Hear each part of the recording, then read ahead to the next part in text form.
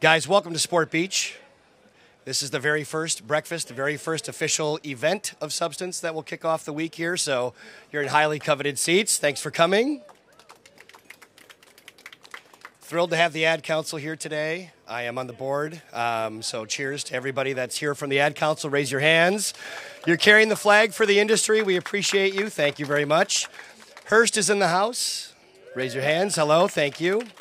Men's Health is in the house. Men's Health, where are we at? All right. And my good dear friend Brandon Marshall is in the house.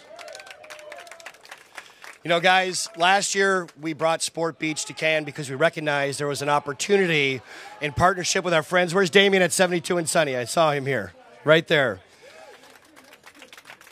Our partners at 72 and Sunny and our team at Stagwell recognized that there was a need in Cannes to put a spotlight on something that's probably the one single thing that brings this entire industry together in one which way, shape, or form, and that's the power of sport. Whether it be an athlete, a team, a league, you name it, I think all brands sit at the crossroads of some sort of involvement or engagement or partnership in the world of sport. It was not here in Cannes. You couldn't find it in Cannes, so we thought, geez, Damien, Damien says, what if we brought some athletes to the stage, created a stage, brought athletes to Cannes, representative of global sport, teamed them up with some of the world's most badass marketers, and kind of insert them into the central nervous system of this creative community, which is here in Cannes on a global scale. And so here, Sport Beach in its second year, we're 60% larger this year, 100% more badass. It's going to be a great week. And I just want to give everybody a warm welcome once again. And I want to introduce, and the topic of the conversation today, what CMOs, what marketers, what our community need to know about mental health, okay? Why it's real, and why we should all just approach everything with all the right things in mind, I guess is a good way to sum it up. So I'd like to introduce a couple friends that are going to come take the stage. Lisa Ryan Howard, Chief Revenue Officer of Hearst Magazines, and Heidi Arthur, Chief Campaign Development Officer for the Ad Council. Good morning. Thank you, Ryan. All right, you guys. It is an honor to be in this gorgeous space on this gorgeous day in this gorgeous place. So thank you. And it's also an honor, Heidi, to be on the board of the Ad Council and to be talking about what we're going to talk about today. Definitely not as fun to talk about as sports, but I think incredibly, incredibly important. So thank you all for coming and for agreeing to be a part of this. I'm going to actually ask you, Heidi, can you talk a little bit about the mission behind the Ad Council? Because not everybody understands what it's about, and it's a really important organization. And I think from whether you're an agency, whether you are a marketer, or whether you are a media company like us at Hearst, it's a way to give back, and it's incredibly, incredibly important. And you've been around a long time, and I'm proud to be on the board, so I'd love for you to just tell us what it's about. Well, thank you, and I think you can hear me. First of all, thank you so much for having us here today. I mean, we do what we do. We can have the impact that we have because of board members like you and Ryan and David Sable and Aaron, and we're just so grateful to have the industry really rally behind issues that can be solved, can actually be solved through communications. So the Ad Council is a nonprofit organization, and we build powerful coalitions, convene partners within media, entertainment, tech, philanthropy, foundations, government agencies to create social impact campaigns that truly drive meaningful and measurable impact. And we are very, very focused right now on 4 big issues that I'm sure you'll all nod your heads around. First, gun violence, drug addiction and overdose, hate and bias, and then importantly, mental health, which brings us here today to this conversation. Mm-hmm. And I mean, I was fascinated. I learned about the initiative last year at a board meeting, and I want you to just kind of tell the group a little bit about how you decide on what the key initiatives are going to be and how you decided on mental health as one of the major initiatives. And I will tell you, we go to D.C. a lot. I mean, we had Kamala Harris last year kind of pitching us. We had all these legislators coming in to pitch us.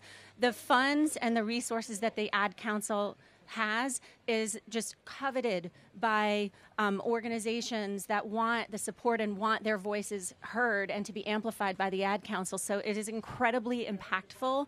And so when you chose mental health, talk about why. Well, the why I think everybody can relate to in this room today. And quite honestly, you're right. You know, it's a world of competing worries.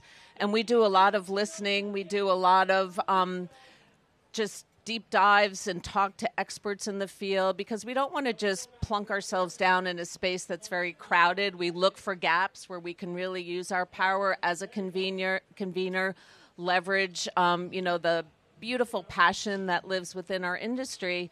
And we heard over and over and over again, mental health, mental health, mental health, mental health. And when you think about the last 4 or 5 years in our country and globally, you know, between the pandemic, the economic downturn, just the global crises, one after another, you know, racial bias, hate and discrimination in the U.S., people are hurting. And they're hurting badly. And we did our own research because everything we do is really deep into data like everybody else. And it showed that over 2/3 of people in our country self-identify as struggling with their mental health, but less than half are actually getting help. And there's a lot of talk around mental health, but you really have to understand what's getting in the way of people just saying, it's me and I need help. So we decided to double our efforts. You know, we're really doubling down on our efforts around mental health. We've been in that space for quite a while, but we needed to go deeper. We needed to go broader. We needed to build a big tent. And then we were fortunate and got a very generous gift from the Huntsman Mental Health Institute and decided this is our time to really do more and get ambitious, be brave. And we launched a new campaign, Love Your Mind, which we'll talk a little bit about. And that's why we're all here today and grateful for such, you know, collaboration, particularly with Hearst. Well, let's do that. Let's talk about Love Your Mind. Tell us about that specific campaign. And I don't know how many of you know this, but the Ad Council has a lot of very kind of they'll trigger in your brain because a lot of very kind of well-known campaigns throughout the year. So Smokey the Bear was invented by the Ad Council. It's the 80th anniversary of Smokey, and so this year.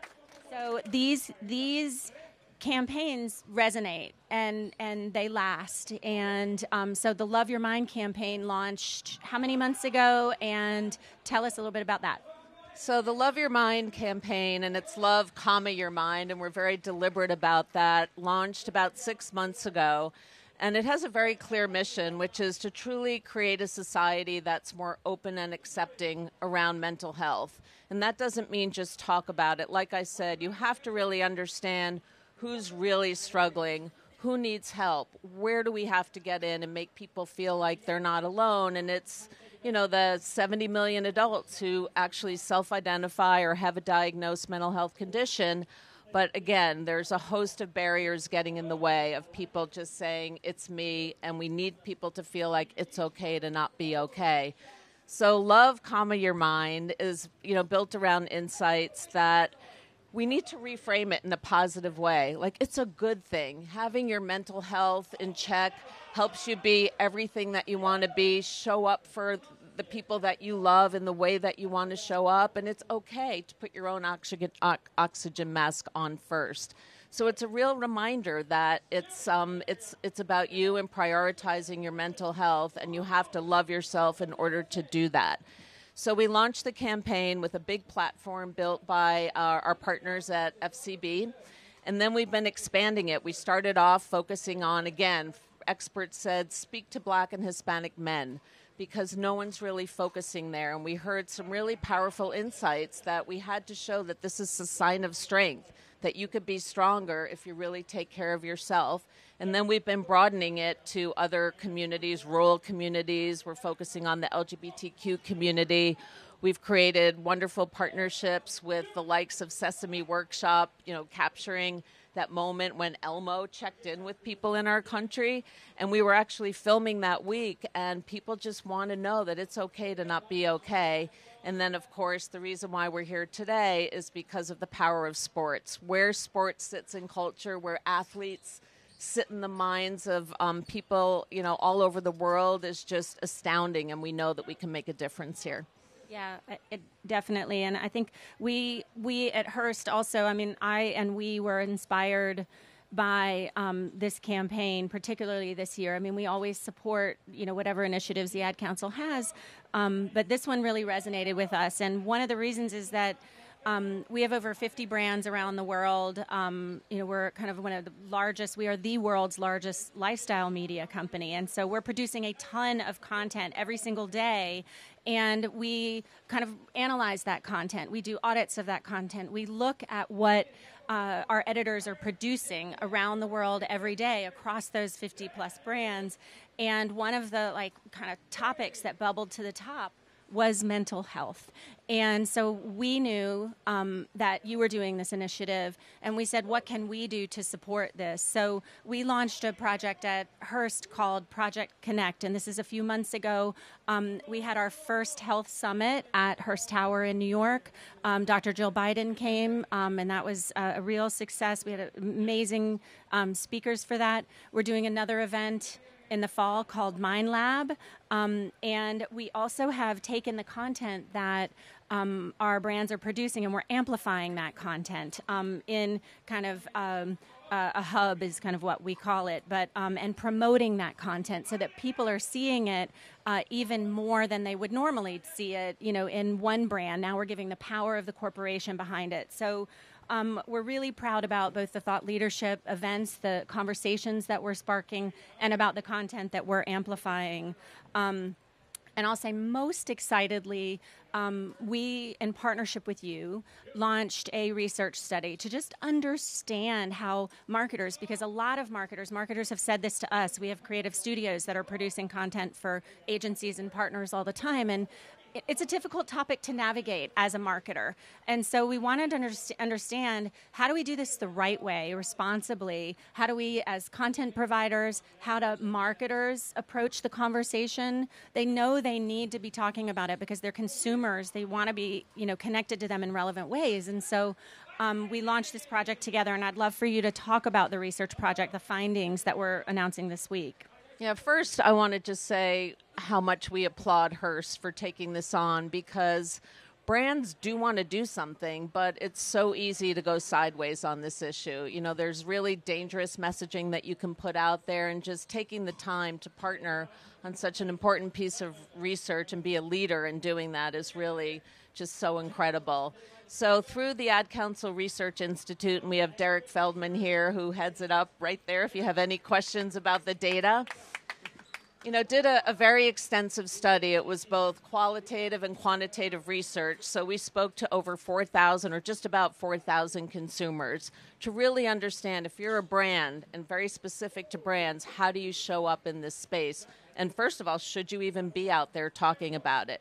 And the answer is, first and foremost, yes, yes, yes, yes, yes.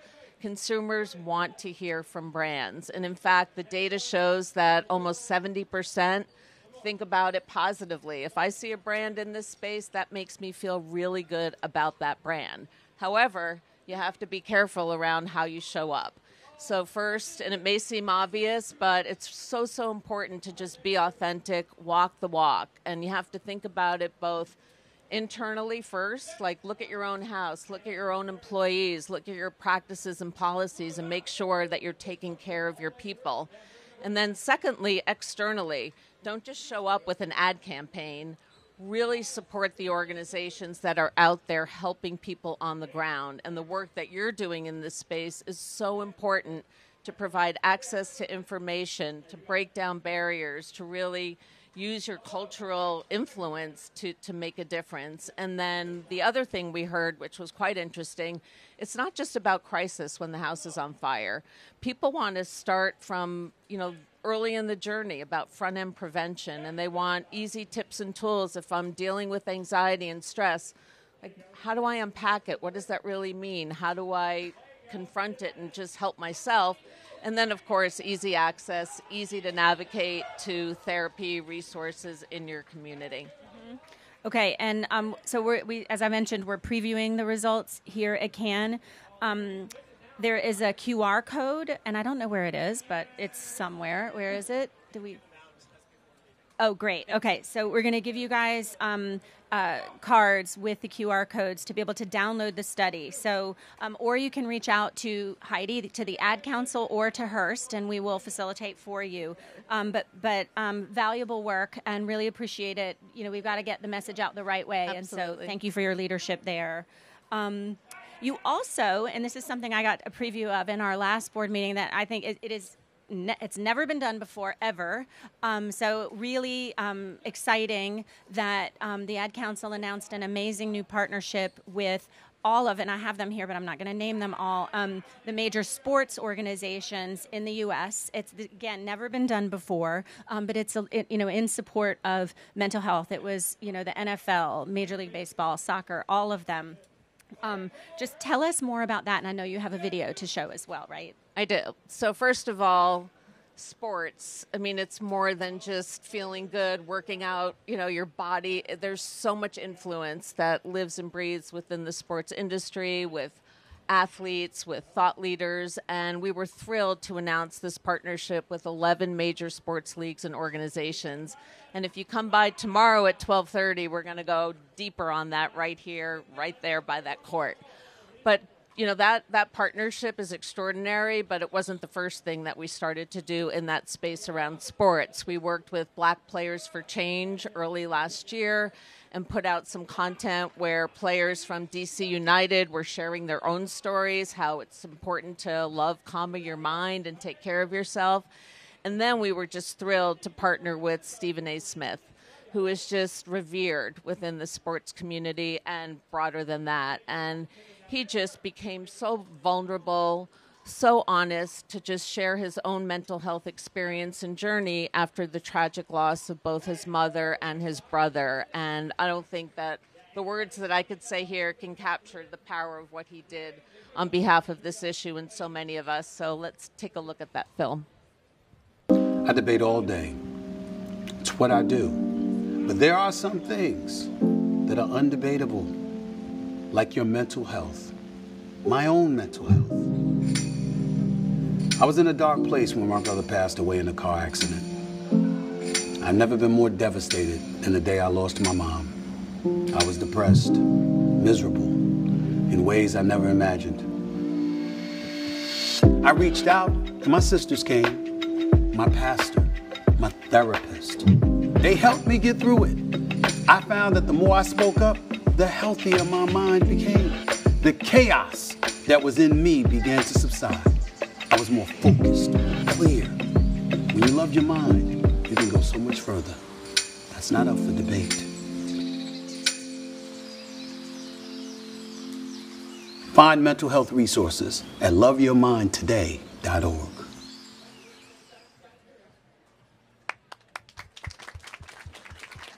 Okay. Very inspiring. I know there are other ads too, so we're not going to show obviously all of them to you guys today, but hopefully you are seeing them out in the wild and really, again, appreciate the work. So the sports world and has really kind of embraced this. Your partnership being one example. I'd like to, at this moment, invite up Rich Dormant, who's the editor-in-chief of Men's Health, one of our brands at Hearst, to talk with a very special guest that we have today with us, who's helped make a positive difference around the issue on the field and around the world. And so Brandon Marshall, thank you for coming today, and welcome up to the stage, both of you.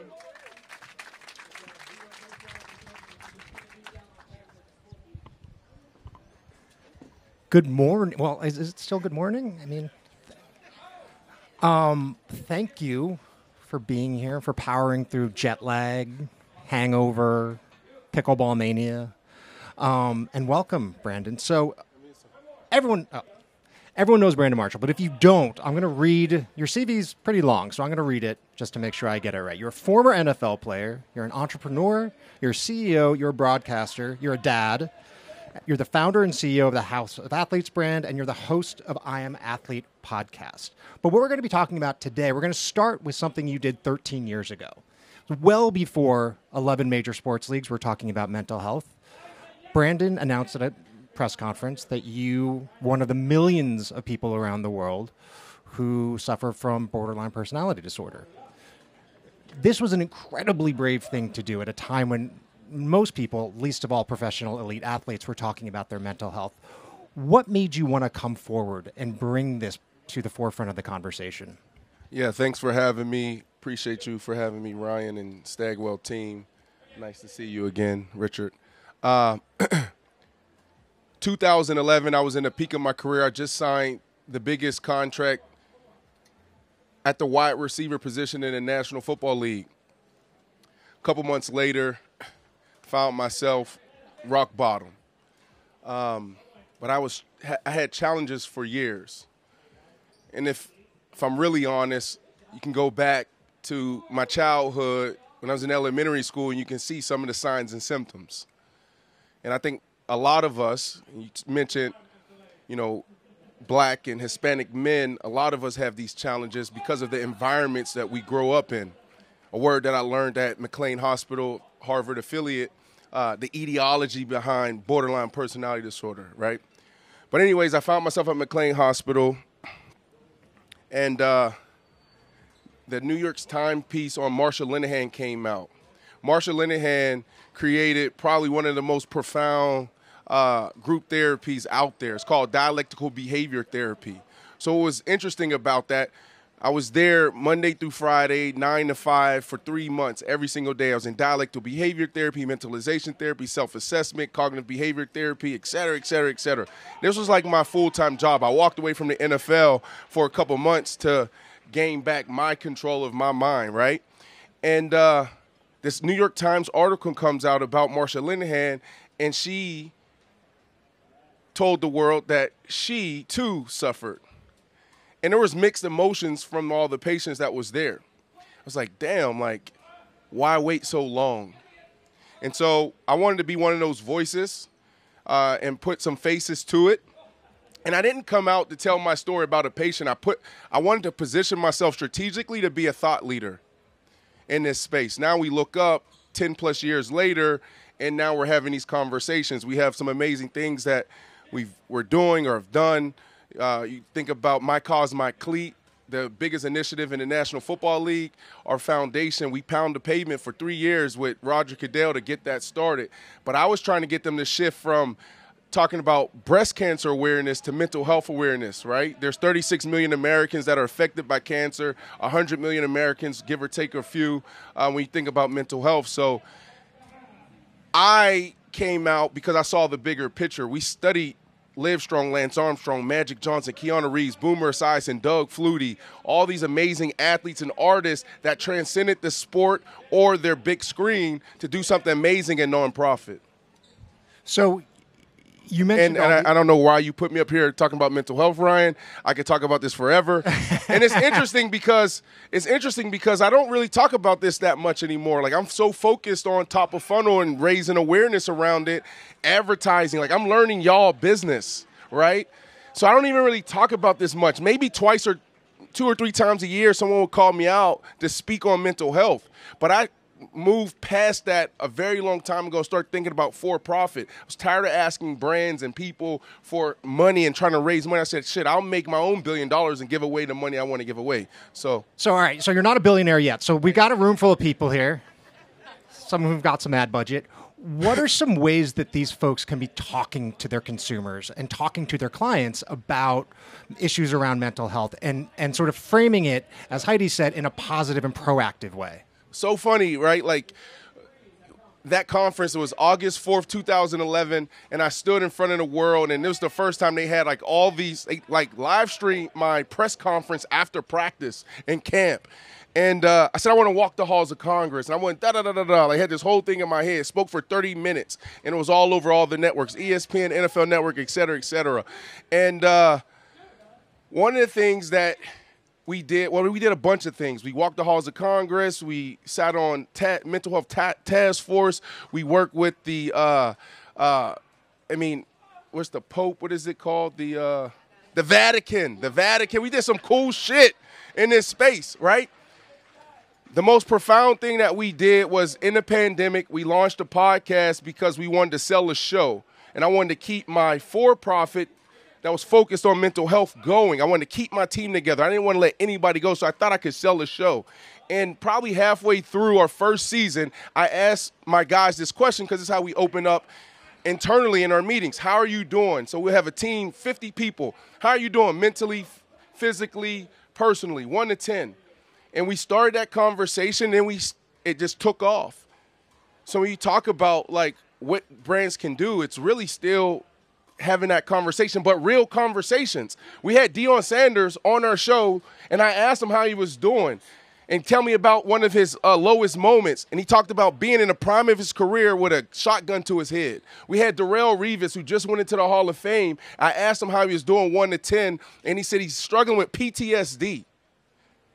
So we're still 20, 30 years behind where the cancer community was years ago. We still just have to have real conversations. So all this cute, like, words and, branding, that's cool. But if you just ask someone how they're doing and have the real conversation with them, let them break down, let them cry, let them be vulnerable, embrace them, you'll see the impact that I have seen over the last couple years. I was in this space for 10 years, and I said, holy shit, this is what I was trying to do. I actually was so discouraged in this space that I went for profit. So that's how we can help keep the conversation real. So you ask you ask the questions, you raise the topic, you normalize it, you mainstream it. Then what? Where are you going with this? And then Richard and I talked about this in 2016 in his office. No one was talking about this back then. I said, Richard, let me write for Men's Health, Richard. Go. Soon. I wanted to cover it too. He said, Brad, I can't put you on the cover. You play for the Jets. We'll go. Jets. So what are you working on now? What are you most excited about as far as moving this conversation forward? And what are the opportunities for marketers, for brands to elevate this and sort of mainstream it? Yeah. I'm not really, right? Like I said, I'm learning y'all business. I started that podcast turned into a platform. There's a huge opportunity in media, right? So, like, there's so much to learn. I'm focused on just that one question. When I sit down with Lil Wayne, when I sit down with Ja Morant or whoever it is, whatever athlete or artist that we're privileged to connect with, I ask them how are they doing 1 to 10. So that's how I contribute and how I've always tried to show up in the mental health community is conversations. Like, how can I use my platform, football platform at the time? There were 70,000 people watching live, a couple of million tuned in. How can I wear lime green cleats to start the conversation and maybe help you raise more money, right? And we worked together back in the day, Ad Council. So I'm still doing that. Our platform, like now selfishly, thanks for the soft pitch, but our platform, that's our focus. It's still mental health. And it's just that conversation. So we need more partners. Athletes are now creators. And so I've taken like my journey over the last 10 years of, content and commerce and created a template for other athletes to come on. Like, we have so many athletes on our platform that's creating their own shows. So how do we help them operate as media entities that tell their stories, but specifically in wellness? So that's what we're doing. So, I mean, any brands that would love to partner and help, that would be great. So as we are talking about athletes, one of the amazing things that athletes and sports do is provide a model forward for children. I think particularly kids today are really fortunate that we are having this conversation so that they can grow up in a world without stigma and without shame around issues like anxiety, depression. Are kids part of how you're thinking about this and sort of moving the conversation forward? Yeah, I mean, it's so we talked about this earlier. New movements equals new language, right? So like, you said it should be a great conversation, a good conversation. So my language is mental fitness, and that's more preventative. I say mental strength. There you go. And that's more preventative, and it's us intervening early. So I think early on, that's the language that we should use with our youth. Mental fitness is cool. Like, as an athlete, sometimes I'm in peak shape. Sometimes I'm not, but I know what to do to get there. Like, in the off season, when I was playing, I was at 10, 12% body fat, sometimes 13% body fat. Don't tell the teams, all right? but I knew how to get to 6% body fat. I knew in October if I did X, Y, Z, I would be in peak shape in mid-season. 13's still pretty good for people who don't. That's like, if you're 13, you're doing all right. Right. So the same thing mentally, right? So I know when I'm off now. Oh, man, like I'm stressed. You know, business is down last year. You know, we're down 20%. Maybe I should speak to Gail now instead of bi-weekly, but weekly. Maybe I should, you know, up my participation in yoga and meditation. So we have to have a routine. We have to have a rhythm. But going back, there should be a language change if we want to intervene and prevent early, and that should go from mental health to mental fitness for our youth. That's so important. So one thing that we've been working on at Mental Health as we look at Men's Health, as we look at children and their mental strength, is that it's not just these, you know, very visible things like anxiety and depression. There are all types of things that are impacting our kids today. And one of the things that we've been focused on specifically is something called body dysmorphia. And it's a mental health condition where muscles are never big enough, bodies are never lean enough. I see a lot of women nodding their head as something this is, you know, that a lot of attention has been paid to.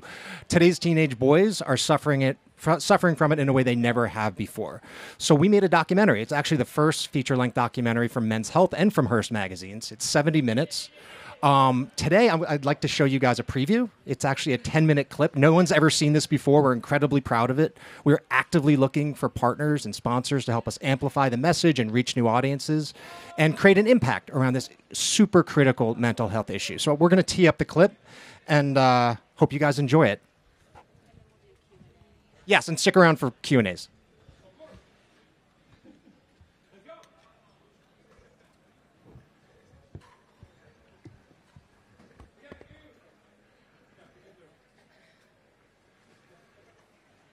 When you're a little boy, you are always flexing and proving how strong you are. When you get older, you start looking at, you know, guys with muscle, and that looks good to you, and you want that. On social media, like, saw these people, and I was like, oh man, I want to look like that. The constant repetition of idealized bodies is pushing out these ideas of a hyper-masculinity, hyper-muscularity. Because I didn't look like everyone else in the gym who was buff and who was strong and who looked like they were superheroes, right? I guess when I was probably, like 11, 12, 13 areas when I really kind of started to notice the way that I looked and wanted to kind of make it better. You can find supplements in brick and mortar stores all the time. And sometimes I would go and I would see like weight slimming, body slimming teas. And you would look at it and you're like, this is something that I would need. I would be able to lose weight while simultaneously gaining muscles. So I was hoping like the pills would kind of be like a replacement for a meal almost. I'll take these pills and it says I'll gain weight even if I don't eat like actual food, right? But that was not nearly it. I would like take protein powder and I would take these pills, get very, very dizzy, and I black out. Packaging isn't necessarily telling you the truth. They are notoriously mislabeled. They don't have to prove something is safe in order for it to be on the market. The FDA has to prove something is dangerous to take it off the market. I was just trying to look better, but I never knew that there was going to be consequences. He had taken a water bottle and filled it with caffeine. Obviously, you know, he's used to whey protein, get a spoonful, put it in. I mean, a teaspoon is like drinking 54 cups of coffee at one time. What we know now is a spoonful will kill you.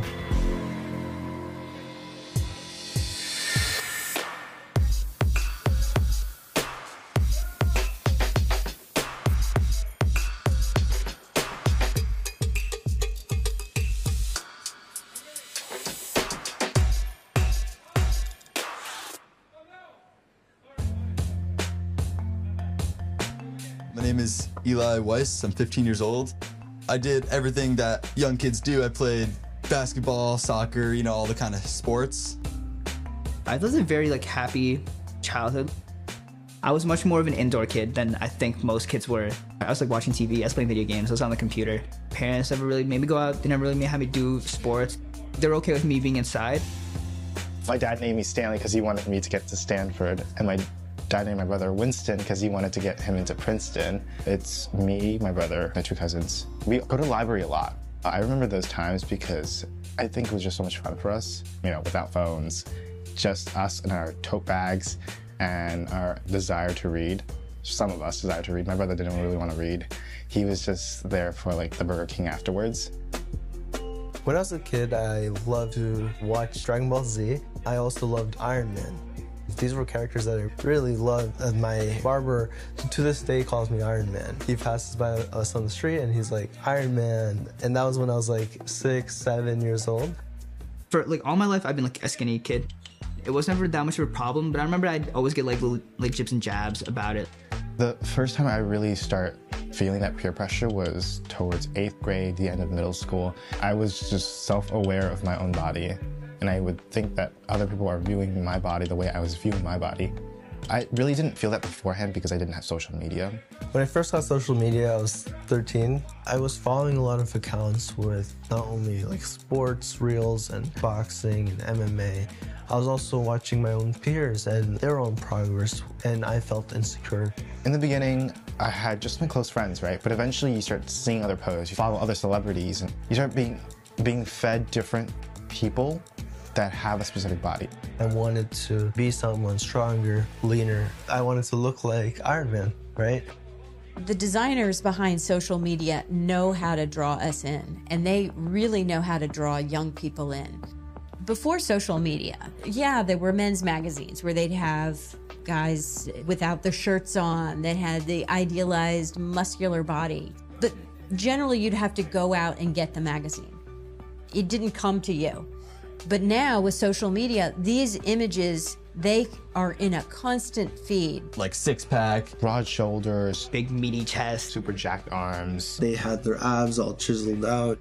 And you see everyone in the comment section wanting to get that body. And then you look at yours, and obviously it looks different. Through the teen years, the brain is going through major changes.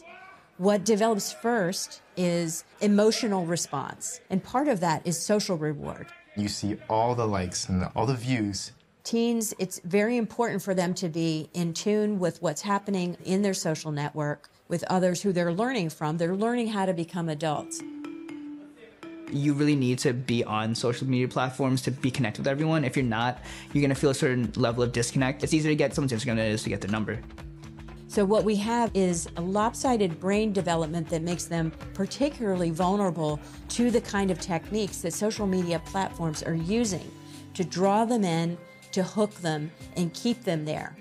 Unfortunately, social media is a huge driver of many of our patients and how they got to their eating disorder and body dissatisfaction. My clinical practice is actually specializing in teenagers with eating disorders who have such medical complications that they have to be hospitalized.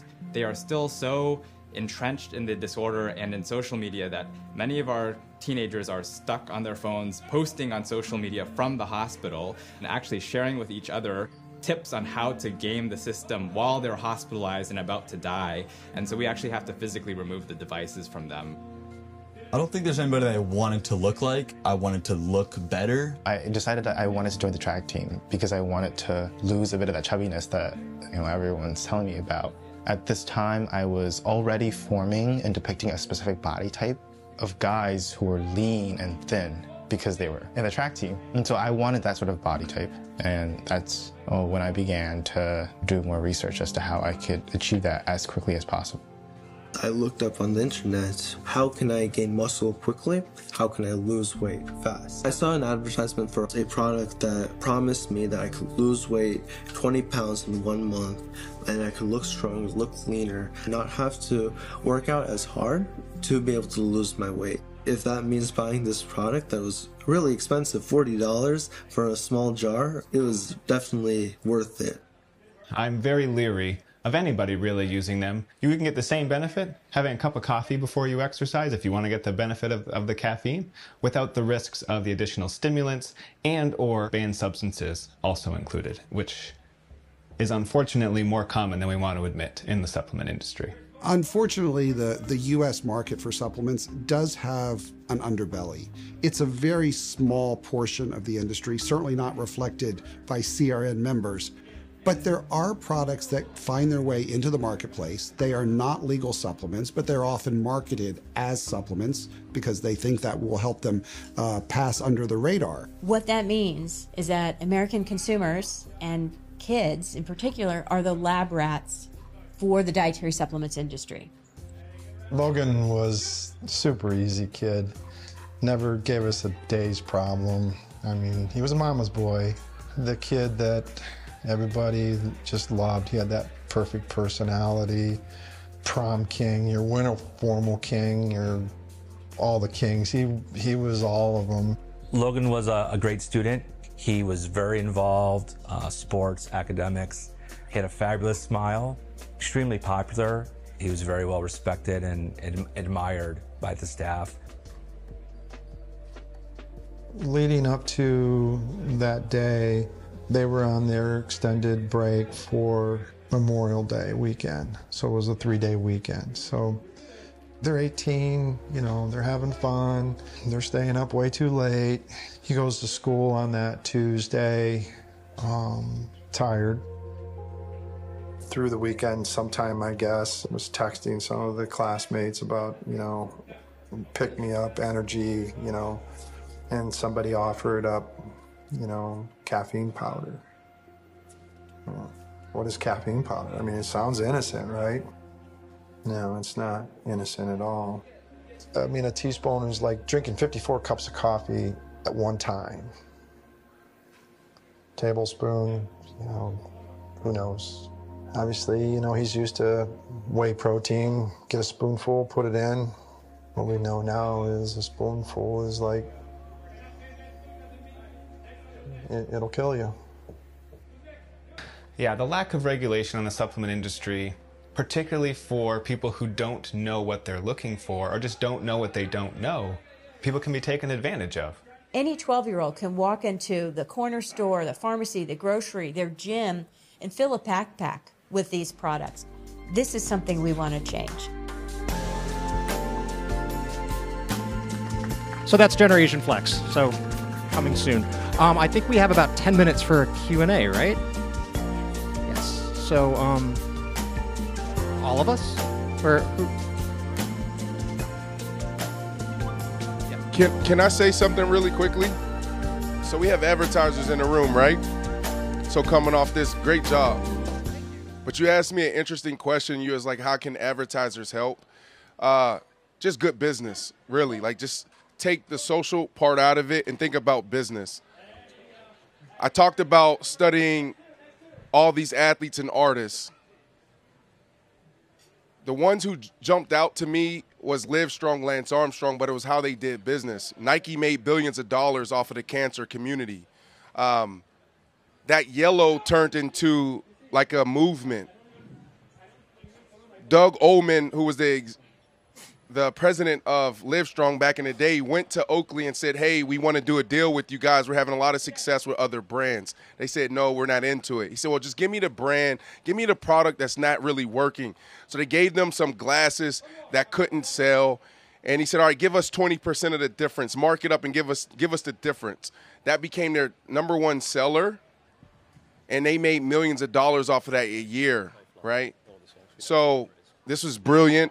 And that's how brands can work in this space. Mental health, there's no other community that affects the population more.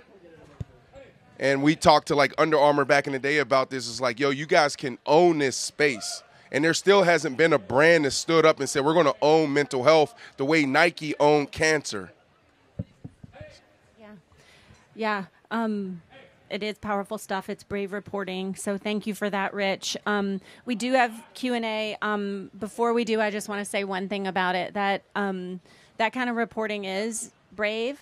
And I hope that you'll see a lot of the content that we're putting out in the universe from our brands, Oprah to Esquire. Like, you're going to see a lot of content on mental health this year. I think it's important to cover it. I think it's important to have the conversation like we're doing today. So thank you, Heidi. Thank you, Brandon. Thank you, Rich. Thank you, Ryan. And then with that, we'll take questions. They always say to give a beat, even though it's like nobody has one at first. We know if you think hard enough, you have lots of them. Yes, I think oh, good. We have a mic that'll come around. Thank you. Thank you very much. That was amazing. And the first thought that I have on my mind is raising awareness is amazing. It's the first step. And then once you're aware, there are a lot of conversations about recognizing signs of this and that. And that, I don't know if it's a question or a reflection. Where are the actual solutions? Where are the actual tools? Okay, now this is what you do. This is what you have to do in case this happens. Considering with the mental health crisis came a crisis in providers, right? Yeah, I mean, I could take it just from the ad council's perspective. I mean, everything that we do and take on can't just be about raising awareness. It has to be about a meaningful, measurable outcome that we can actually track over time. So we're looking at some of the big attitudinal shifts that have to happen first and foremost. First, reframing mental health and taking care of it as a sign of strength. I mean, this is the embodiment of that, just being out there, being vulnerable, talking about it, taking care of it. But then providing resources and tools, like you said. And what we heard was there was a real gap in culturally relevant content. Everyone knows that at the end of the game, therapy, yes, maybe I'm not quite ready for it. So we have a lot of, resource finders, but we also have a lot of self-help, ways that you can actually take care of your own mental health, ways that others in the world that you live in can support it. We created an e-learning hub for faith leaders because often people are finding themselves in church and then pastors are like, okay, what do I do with this? So the resources are helping people have the right conversations to really open up and feel like I'm heard and someone actually cares, which goes a long way.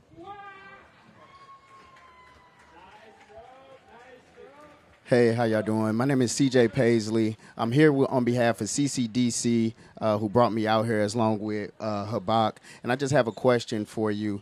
As a rising CMO and currently account supervisor at Spike DDB, I really want to talk about the impact of early intervention and education. So from your perspective, how important is early intervention and education in addressing men's health issues, both physical and mental, and what initiatives or programs do you think can make the most significant impact in this area? I mean, I'm going to kick it over to Brandon, but I think a lot of this starts with parenting, right? I think happy Father's Day, belated Father's Day, and with mothers too. I think it's the language that we use when we frame this for our kids. And I think a lot of it is just the way we communicate about it and message and model. I talk with my kids all the time if I'm anxious or if I'm not feeling great. And, I want to make sure that they understand that it's just a part of, it'll pass and it's part of who I am and it's part of who you are too. So I think it starts in the home. And I think from there, it goes into our education systems. It goes into our athletic leagues. I think, we're at Sport Beach. I think sports and athletics is a tremendous way of instilling a lot of these values and starting these conversations, both because we know physical fitness is closely tied to mental health, but also because the sense of community, the sense of purpose that sports give you is a really big part of positive mental health. Brandon, what do you think? No, that's good. Great question. You become a robot when you're in this space, right? Like, I was pretty much like the first athlete to do it at that level and really talk about it. They were fining me for wearing lime green cleats and doing all that stuff on the field. And you say the same thing over and over again. And I kind of said a little bit of it today. Like, Ali and Bonnie will tell you this. For 10 years straight, I would sit in front of rooms like this and I would say, where the mental health community is at today is where the cancer community was 20, 30 years ago. I said that for 10 years. And then the pandemic hit. Boom. It happened. I didn't think I would see this type of momentum like this quickly. Maybe not even in my lifetime. Okay? So, great question. My work, I feel like my work is pretty much done. The awareness, like we know about it. It's a conversation every single day. Now what are we doing? Right? So there's a huge opportunity for brands. There's a huge opportunity for hospitals and clinicians. We need more clinicians. We need better help, right? Because not everybody is given that type of access to like good therapy. So there's still a conversation to be had. So when you talk about prevention and intervening early, it's just the right conversation. Like you said, at home. I ask my kids every day, like, how are you doing 1 to 10 mentally? So There's still a lot of work to be done, but the conversation is in a very good place. Now I think hospitals, we got insurance companies. I invested $30,000, a little over $30,000 a month to get the help I needed for 3 months. Turned around, invested $30,000 a month for my mother to go to Betty Ford. Turned around, $30-something thousand a month for my brother. I was making $10 million a year. $10 million a year. Privileged. So insurance companies, we need to change the way we cover some of these things. And sometimes it's just language change, right? We got to continue to walk the halls of Congress. Still have to do that. We have billions of dollars that's being allocated to things that doesn't make any sense, and you can just change it, and it's boom. Now we're having these conversations in our schools. Thank you. We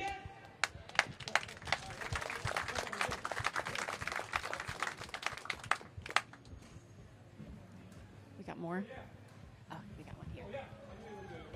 Thank you. I'll be quick. Thank you for opening this session and talking about it. While you were talking, I was reflecting a lot. We've come a long way, right? Mental health is spoken more about. But there's certainly a lot of stigma still around it. Athleticism has come a long way thanks to people like yourself. They've spoken out. But in business, we still have a long way to go, right? It's not very common to talk about it. So my question would be a little bit idealistic. If you close your eyes now, 5 years from now, where are we? What does the world look like with better mental health care, with the things that we talk about? What does that world look to you? 4-day work weeks. Yeah, let's start there. We're doing it wrong. We're doing it wrong. We're chasing. We got to change the way we need to start living. We need to start feeling. We're out here, big business. How are you doing, brother? Like, how are you really doing? And I don't know how much money you manage or how many accounts, but it takes a lot. Are you okay? Right? And we do that over and over and over and over again. So I'm just going to say that. I think that the whole thing needs to change and can potentially change. And if you are a great CMO, CEO, then that means you're adapting to the workforce. And this generation, they're going to push you. You have to. And to me, that was high level and that was big, but 4-day work weeks, we have to look at things like this. And I would just say, on the macro level, if you are in a position of authority at a company, you want to make sure that your insurance provider for your employees has mental health parity. A lot of insurance companies will not treat physical health and mental health in the same way. A lot of insurance companies do. So you want to look for the latter to make sure that people have the resources and support they need. And then just as managers, it's like anything else. It's like opening up and having those conversations and making sure that people understand that they, while maybe shouldn't bring their entire self to work all the time, they can talk about mental health in a proactive and semi-public way so that everyone sort of understands where you are on any given day. I think a lot of it comes from modeling that type of behavior and having those types of conversations. Yeah, I would just add to that, too, that the managers are great because they're on the front line, but setting the tone in your workplace culture has to come from the top. So having more CEOs, C-suite people opening up and sharing their story, and then feeling like when someone says, how are you doing? And you honestly answer that's okay. And you don't have to feel ashamed or that something's going to happen to you in work where now you're that person. So I think that's critical too. And to close, I'll just say that sometimes it's easiest to understand how to kind of emulate this behavior, how to learn, how to talk about it, how to have these conversations through examples. And we have a session, and you guys are going to have to, Eric and Todd are going to have to keep me on accurate about the date and time. But we have a session here where we've got Sesame Street Workshop, who you referred to. We've got Elf Cosmetics. We've got brands who are actually having these conversations now. So where you can actually see examples of how they've navigated the topic. So when is that session, Todd? Wednesday, 5:30. I don't know where it is. Is it at Hearst House or is it here? Okay, it's at Hearst House. So welcome to come to that if this is something that you want to kind of see examples and hear directly from CMOs on. So that's available too. And then we're going to have one last question. David. Okay. First of all, thank you all. It was an absolutely amazing discussion. Thank you very much. absolutely spectacular. But I just want to make sure that everybody leaves with the notion that you heard two different models today. Both are critical. The Ad Council, which I'm very honored to have been a past chairman of, is about awareness. Right? That's what we do. We ask you, the community, to get behind us, to help us so that we get the awareness going. What we heard today, which I think is freaking brilliant, by the way, is the commercial model, which is way different. It's not, we're asking on the second side, we got the awareness going, so now what are we going to do for real? Like, what are the programs? That's not about putting money into a nonprofit. That's not about just raising awareness. That's about you understanding that it's okay to make money, because if you're making money, you're giving more back. That's the way I look at it. And what he's talking about is exactly what Nike did with Armstrong. It's what Avon did with breast cancer.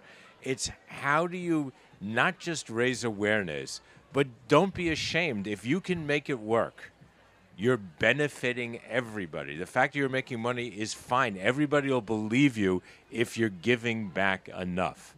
And that is a way bigger model. It's different, and I think it's freaking brilliant. So thank you for bringing it up.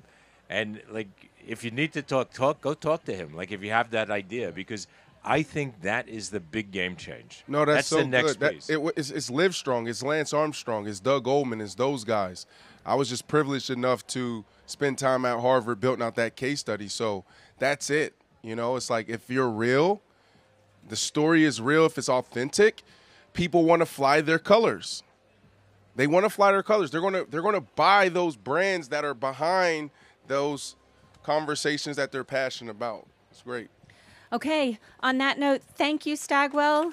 Really appreciate the space, the time, the energy, and of course, Brandon and the entire team. Thank you. Enjoy Ken.